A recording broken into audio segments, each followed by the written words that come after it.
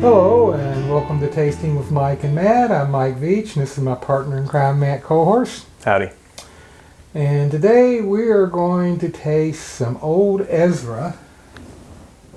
This is a 7-year-old barrel strength 117 proof bourbon. Okay. 117 proof, you said? Yeah.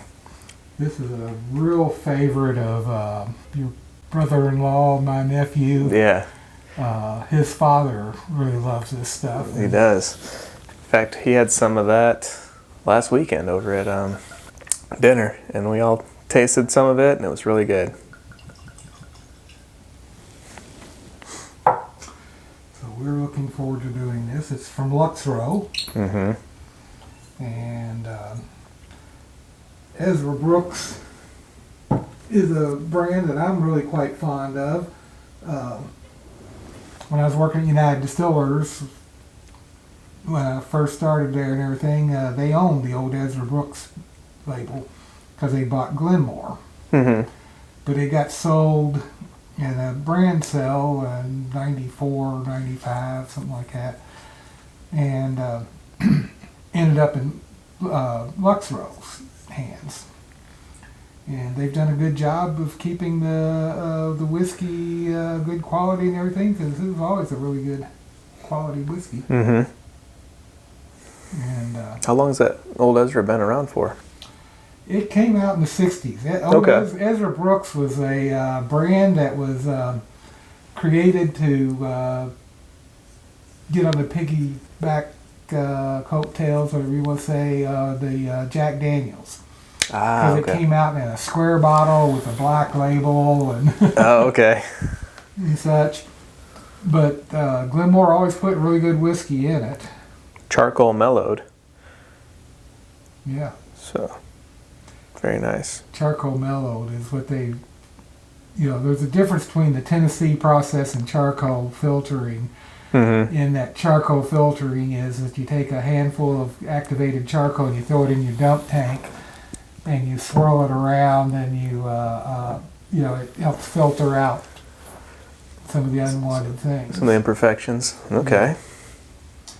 Yeah. But this is It has a rich smell. It has a rich Yeah. caramel smell. rich A lot of caramel, barrel. a little bit of apple maybe. Mm-hmm. I get a ton of barrel on it. Yeah. A ton of oak.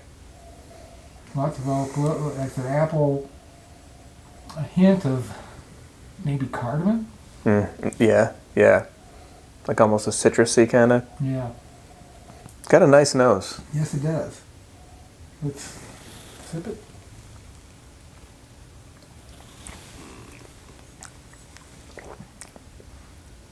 Doesn't drink like 117 proof. It doesn't.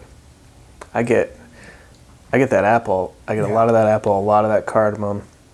Mm-hmm. Nice charcoal kind of taste. I don't know if that's just from like looking at the thing. Yeah. But it seems rich, and definitely it's not the got- charcoal. It's tobacco on the finish is what I think I'm Yeah. tasting there. I'm tasting like or getting. It's like oak and tobacco finish for me. Mhm. It's almost like a cigar pull. Yeah. It's so rich. Yeah. It's really nice. It's really nice. Tom's right. It's good stuff. The cranberry.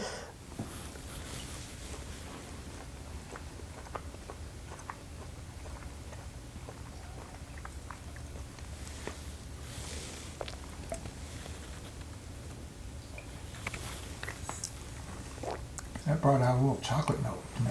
Mm-hmm. Chocolate enhanced the citrusy cardamom.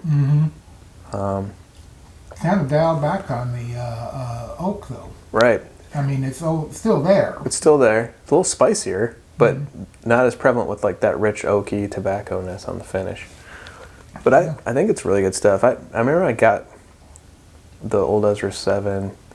Did they first do it like 2019 or 20 or something like Something that? like that. The first bottle was good, but it didn't blow my socks off. This one's kind of blowing my socks off. I think this is a really, really good bottle. Yeah. Yeah. Well, it oughta, because I think it's like $100 bottle. Yeah, it's a pricey bottle. Yeah. But it is really, really good stuff. Yeah. So, yeah. But I would have to say it's probably worth it if you are looking for a good whiskey that's 7 years old. And, Yeah, you're paying for the age, right? yeah, you're paying for the age, you're paying for the bottle proof too, barrel proof. Barrel proof. Let's see what this pecan is for it.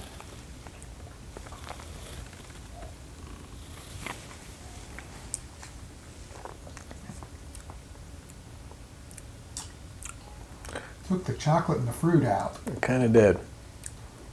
Give it more caramel. Get more caramel. Definitely enhances the finish with the tobacco for me. Yeah. But it did kind of take out some notes that I enjoyed with the cran and neat. So it muted it a little bit for me. It just turned into like a caramel bomb. Yeah, I agree with you. It became more one-dimensional. Yeah. So let's take a sip. Water and try it with some chocolate.